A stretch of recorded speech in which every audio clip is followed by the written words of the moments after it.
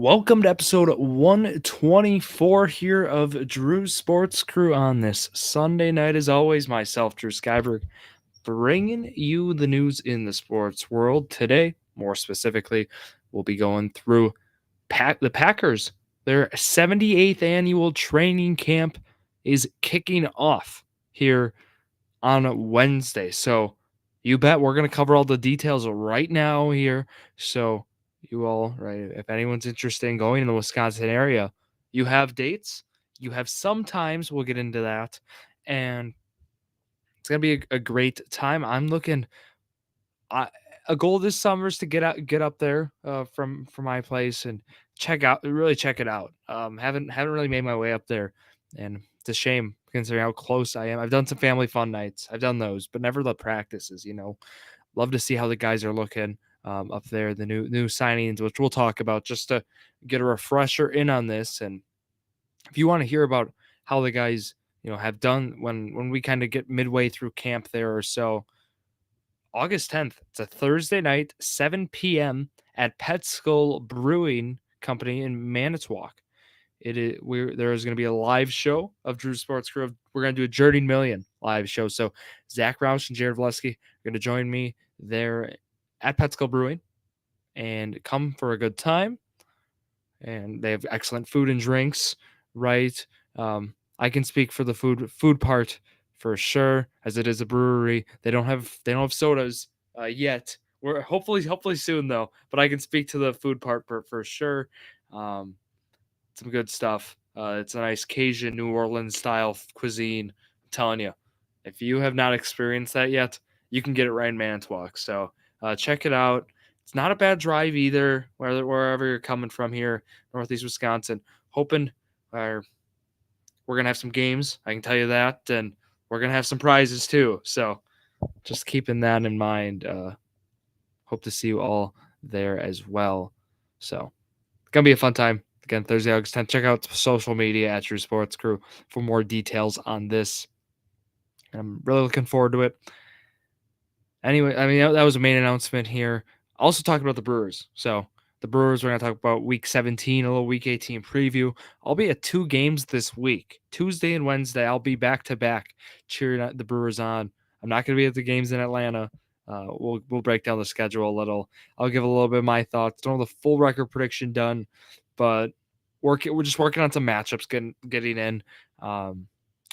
I want to see how Woodruff progresses. I'd imagine another start or two. So again, that I don't anticipate him coming back, but just want to wait to see how the Braves shake up their rotation this weekend. Just with how they did this week is kind of what we're waiting on. So I'll break down how that this past week, the upcoming week, has gone for our Wisconsin sports. We have it in the background here.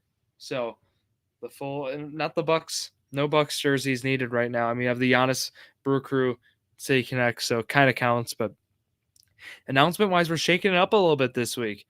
Tomorrow, yes, Monday, July 24th. If you're listening today, July 24th, later tonight, 4 p.m., live episode of Journey to Million there. Not at Petskill Brewing. This one live on YouTube, Twitch, and Kick. You can find it there, 4:15 or so p.m. actually. And we'll be doing the grids, right? The grids are everywhere. We'll be doing one of those, and we might have one on a live show. Who knows? But we'll be doing one of those. Of course, we'll be doing some other fun games, talking some NFL best ball too. Looking forward to that as always. And then I'll be previewing a DFS slate Saturday morning. We'll be previewing this slate there for July 29th, Saturday. I know the schedule's moved around a little bit this past few weeks, but moving it back to Saturday, just with how scheduling works out sometimes, and be a lot of fun with that. So those are your announcements. There's your schedule, right? At True Sports Crew, Instagram, Twitter, TikTok, Drew's Sports Crew on Facebook, right? And YouTube. So let's get into it here. We'll start with the Green Bay Packers. All the draft picks, right? They're signed. It's the good news before training camp. We love to see it. Luke Musgrave signed 4-year, $8.47 million. Jaden Reed, 4 years, $7.18 million. Lucas Van Ness, of course, gets the biggest there, with of course the draft selection, just right the nature. He's a freak athlete. 4 years, $17 million. 17.3 actually there. And then the other individuals, right, who are drafted in this, Tucker Kraft, 4-year, 5.5 million. And then basically everyone's side is the point. Good news for Green Bay. And then, as I said, training camp starting up this Wednesday already. Time flies here. This is the part of fantasy football here. We're getting into it. So, and of course, we're gonna have a league, and more details will come out in the upcoming weeks. But um, I mean, we're getting into it right now. Wednesday, July 26th, 10:30 a.m. Central. First practice. They do the tradition, right, with the bikes. It's iconic. I believe the shareholder meeting's tomorrow, actually, too. So July 24th. In the afternoon, this Packer shareholder meeting takes place. I went to it. I've been to one. I went to one last year. It's a good experience, I'd say, and I often tell people it's an experience that you want to see once, but for many of us, it was okay. You've experienced it, cross it off the bucket list, right? It wasn't like I got to go every year. And there are people who will drive every year for this. They'll make a full weekend, and they will come. I've seen Indiana, like they're all across the country. They'll come for this. So it's a big event to some people. For me personally, it's a meeting, right? It's a shareholder meeting. It's a meeting you come to. When you cross it off, say, "Hey, I've been to a Packer shareholder meeting." So it's a cool experience. Definitely recommend to get one, to go to one if you have not yet. You can go along with someone who's a shareholder, so just gotta get a ticket that way, or become a shareholder yourself, right? But we know how the process, right? It's crazy. So when just it's crazy, of course, with the nature, right? The demand so high when they do sales, just with the nature of it. Wednesday, July 26th, 10:30 a.m. I mentioned, and then Thursday, they practice at 10:30 a.m. And then Saturday, July 29th, also at 10:30 a.m. So Wednesday, Thursday, Saturday this week. And then some of the times that I'm looking at. So, right, Family Fun Night's already in. Saturday, August 5th, 7:30 p.m. But then there's some Monday practices in there. What's intriguing is they have a Wednesday and Thursday, August 16th and 17th, respectively. We don't have times yet, but they're doing a joint practice. They're doing 2 joint practices with the New England Patriots. Could be interesting there. We could see some other guys from Patriots camp, see how they are looking. And then Tuesday, August 22nd, and then Wednesday, August 23rd are the last 2 practices, with Wednesday's practice being the last one open to the public. So just keeping that in mind. We're already ramping up though into football time. So yeah, starting Wednesday, it's like, okay, football's starting, it's getting real, which is good to see, right? We love football, and then we get to like fall, September, October there, when we have like all sports going. Baseball's gonna be in the thick of things. Hopefully Brewers will be in it. Packers are gonna be off and running, and then Bucks basketball is gonna be starting up.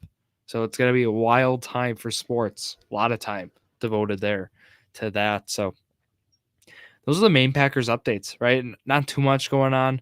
Of course, we've talked about some like the Packers camps that have been earlier, like the mini camps, right? How have those gone? And the main takeaway, at least we've talked a little bit about on Journey Million as well, has been, right, I mean, with Packers camp, definitely with Romeo Dobbs and Jordan Love, that's been the talk, where how that connection has looked, how it almost felt as if Dobbs was being almost his number one target. But again, this is mini camp. I don't think much of it, but notable that was a takeaway, right? That we've had in camp, just seeing how much Dobbs was getting the ball from Love. So looking to see how that is in actual camp, looking to see how this camp goes. I'm looking forward to it. So that's the Packers talk. Not right. I say Packers updates. There's a little bit of updates. There's enough to have a segment about it, but not a whole lot here. Mainly we got to talk about the Brewers. What's going on? As we have, right, the thumbnail points to it, Abner Uribe as the thumbnail. He's throwing heat out of the bullpen. Only gets 1 out today on Thursday, or why did I say Thursday, on Sunday? I don't know why I'm thinking Thursday, but he gets 1 out today. And going through this week, how it went, right? 6 games were on the schedule. And if you're a Brewer fan, you got to be pleased with how this week went, I'd say. Honestly, um, definitely this weekend is a little upsetting just with how it went. But I think winning 2 out of 3 in Philly, right? That was just a huge win, Uh, especially Wednesday's 4-0 win. Right, that you lose 4-3 on Tuesday, and that game that was unfortunate, I'd say. But just getting it through those last 2 games, especially that shutout there. I believe the Brewers lead all of baseball in shutouts. Um, but yeah, I didn't have the Brewers winning on Tuesday. Aaron Nola was the reason why I did not like the odds there. Tehran got roughed up a little bit. Um, big thing was the solid contact on Tuesday. Monasterio though kept up playing playing well. He was 2 for 3 in that one with a double. But then that win on Wednesday 5-3 last week. Definitely right. Getting Brewers picking up there. I think the big thing was Contreras continues, right? He's been dominant in July. Definitely, I think he's gonna be player of the well, not like player of the month, like the player of the month, but like MLB.com actually does a position like player of the month for each position by position. He's gonna be your catcher player of the month. I do think Yelich will probably be your left fielder of that as well. So it's cool to see. Perkins, Blake Perkins is another guy who actually, if you were looking at the Brewers and ranking how they performed this week, he would be in the top 3, top 4. Blake Perkins had himself a very good week here in week 17, if we break it down like that. He looked very, very good. And then also, he was getting steals, not getting caught steals. So he wasn't getting caught, picked off on bases. He's walking. He was 2 for 3 with a double, just a full stat line there on Wednesday. Thursday's game then was that shutout. It was a beautiful game um, on Thursday. Burns looked dominant, is how you describe it, and just overall pitching gem for the Milwaukee Brewers in that one. Yelich hits a home run, a 3-run home run. Right, Burns 8 innings, 10 strikeouts. Like, come on, it was just a good day there for the Brewers. They get to Taiwan Walker as well. And you get to this weekend, right? Friday, you lose a tough one. Not much to say there. Saturday, talk about game of the year. I was actually camping this weekend, so talk about a game to miss. Yes, don't worry. I went back. I had to go back. After many were calling this the game of the season, Sal Frelick comes up. He could easily been the thumbnail, but I think I just want to highlight a read from the overall the past 2 weeks how he's done. But have yourself a debut, Sal Frelick. I should have started there. Just going back in this one, right? I mean, he was the difference. He had one of the best Brewer debuts, right, in the history of the Milwaukee Brewers, right? We'll add the Seattle Pilots in there, so 1969. So you're definitely, I mean, you're pleased with how the debut has gone, right? We feel that Frelick had that injury there earlier in the year with the wrist, I believe it was, that held him back. He's back, or is the thumb rather? He's back, and it took him just to have a good week in AAA there in Nashville, and they bring him back. They call him up. Definitely wish it was sooner, but again, that injury held him back. Ramiel Tapia was the man who was DFA'd here. I think Perkins having this good past week, as I mentioned, I think that saved him his job, right? I think could have been a casualty there. And when I say casualty, right, just getting DFA'd. It's going to AAA. They're not like getting kicked off the team, rather, right? Just going back to AAA. Yeah, but Frelick in this one, phenomenal. Right? The defense stands out too in right field. The speed, right? He has tools that makes him, especially fantasy baseball. Trust me, he was picked up right away in my leagues. Right away he went, and he made a difference right away on Saturday. So definitely was good. But I think Frelick's debut, right? This game is on Fox and all, phenomenal. But Adrian Hauser had 10 strikeouts in this one.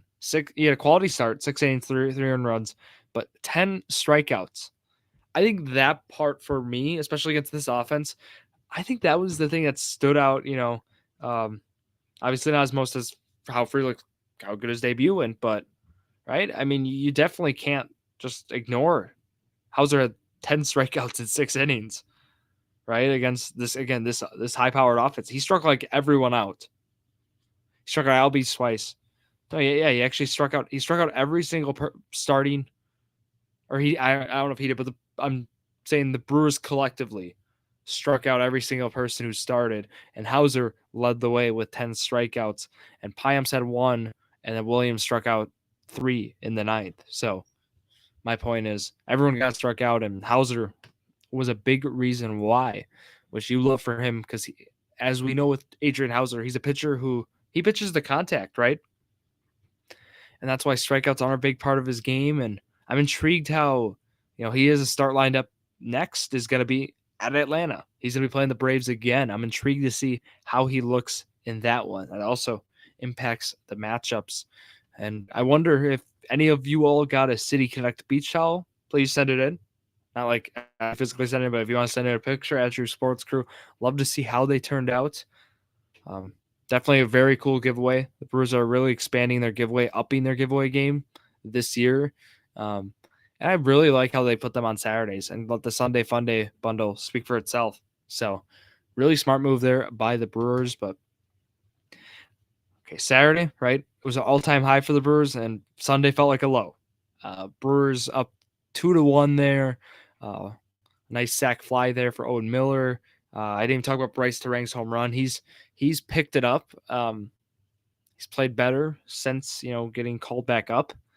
Julio Teheran pitches a quality start again, and when I say again, he's back. He had a little bit of a stretch where he was okay, not so good, and he's looking good. So I'm happy with what we're seeing from Teheran. And again, he's more of what we think of Adrian Hauser, right?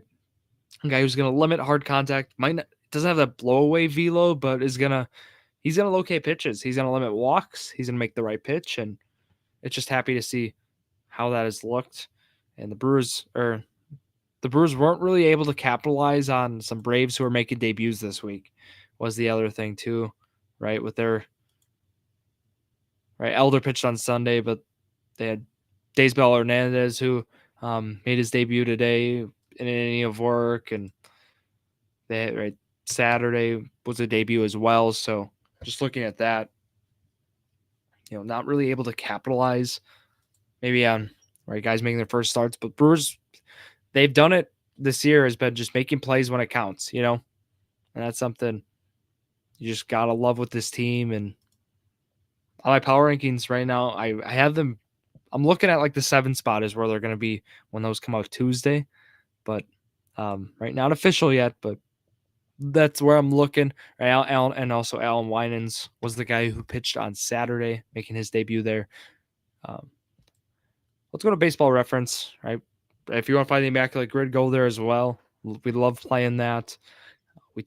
I didn't even mention yet Wade Miley also on the IL with some, I believe, forearm tightness, which is never good, but he's more optimistic.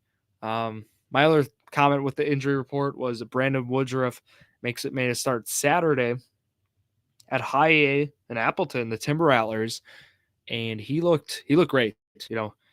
Fastball was sizzling, and I think he did like 3 or 4 innings, had 4 strikeouts.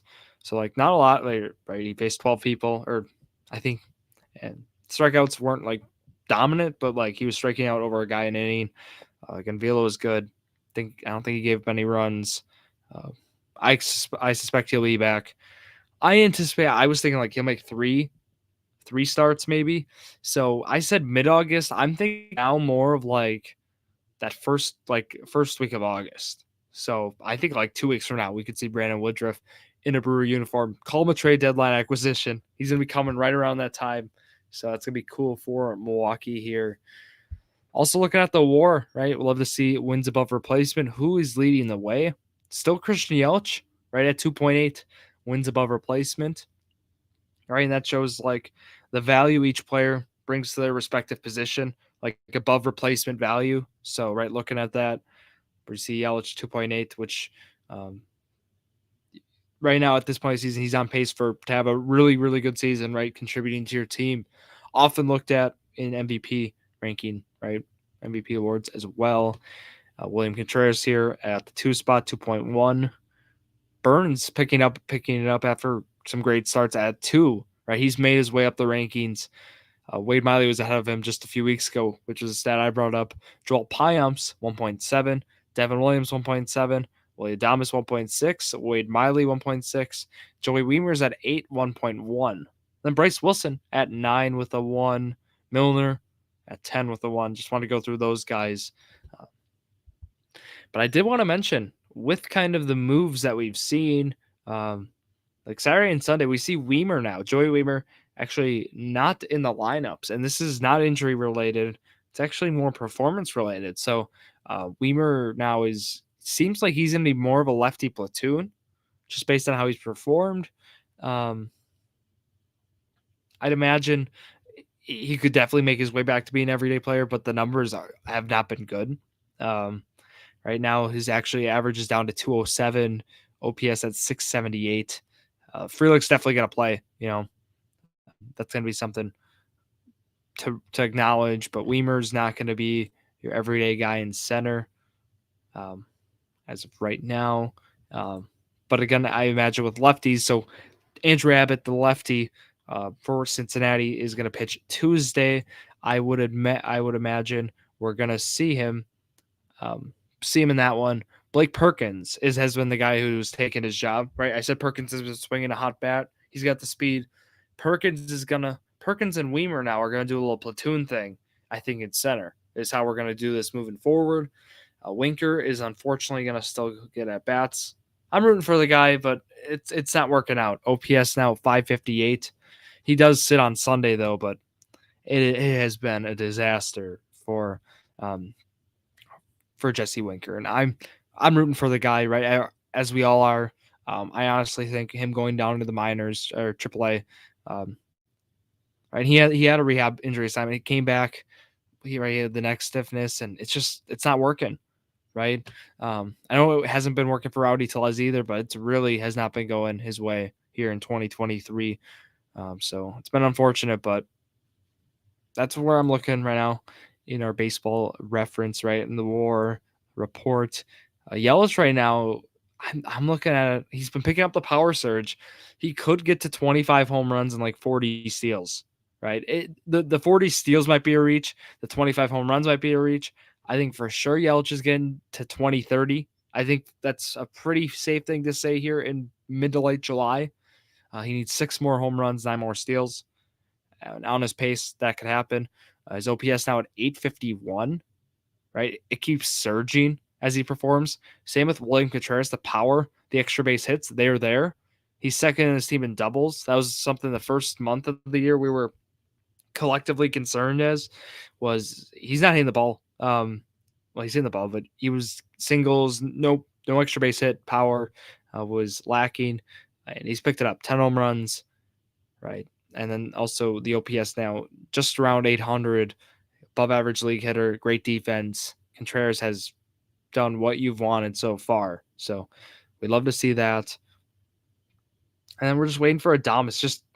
He's been kind of just like, okay, he's 17 home runs, right? The power's back, but the average is 211, OPS at around 700. Right now he's below league average and OPS plus. So we're just hoping with Adames step that up. Power's there, but just average, walking more. Certainly something you'd want from Adames. I mean, he's 37 walks so far this year, but numbers haven't been necessarily great. So just some stuff I have in mind here. And we saw the Brewers scoreless streak for the bullpen end today on Sunday as Ozzie Albies hit that 3-run home run in the 8th off Elvis Peguero, but he has still been a focal point of this bullpen. He's still been essential to this bullpen too. So I'm not worried, right? It happens. Peguero, or Peguero, I should say, not Peguero, has still been very good this year. the numbers reflect that. 2.77 ERA, FIP of 3.34. So he's pitched well, right? Nonetheless. So definitely love that from Peguero this year. Then right, Payamps has been dominant. Milner's been that lefty specialist, and then, of course, Williams out of the pen. Love this bullpen; it's great. Wilson's been a great fill-in guy, and look, we're looking forward to this upcoming week here, week 18. I'm looking. There's 6 games, right? I'll break this down here before we wrap it up here. Monday, Tuesday, Wednesday, 7:10, 7:10, and 1:10. Those games, they're all 3 on Bally Sports against Cincinnati. And then Brewers have an off day Thursday, Friday, Saturday, and Sunday. They play the Atlanta Braves in Atlanta. All 3 are on Bally Sports, 6:20 on Friday, 6:20 on Saturday, and 12:35 on Sunday. Those are your 3 games there. And yeah, the three at home, 3 on the road. Right now, I'm looking at a 3-3 week. I know that feels like almost like a cop out choosing the 3-3 500 a week, but with how the matchups look right now, that's where I'm at. I want to wait on Saturday. I've Reds taking 2 of 3, and I actually have the Brewers losing tomorrow, just based on how the matchups look out right now. It's a good matchup for the Brewers against Ashcraft, but he's pitched well as of late. He pitched well against the Brewers last time around. So ERA is a little deceptive there. Ashcraft has pitched well against the Brewers as of late. So looking at that, the Brewers have gotten to Abbott. He gets another start Tuesday against them. And then Burns is pitching Tuesday, my apologies. And I like the matchups here, how we're looking. But again, the weekend, I'm waiting on the matchups before I confirm my 3-3 results. I'll let you all know on the post. It'll be out tomorrow afternoon, so you'll see it then. But otherwise, that's all I got here for the Brewers and Packers. Have a great sports week. Have a great week in general, right? Again, at Drew Sports Crew, Instagram, Twitter, and TikTok. Drew Sports Crew, YouTube, and Facebook. I will see you guys tomorrow for Journey Million, an episode there. Then also Saturday, right, for Drew's baseball cruise. So that's going to wrap it up here for myself, Drew Skybrick, here on this Sunday night. Thank you all for listening to another episode of Drew Sports Crew, the perfect podcast for you.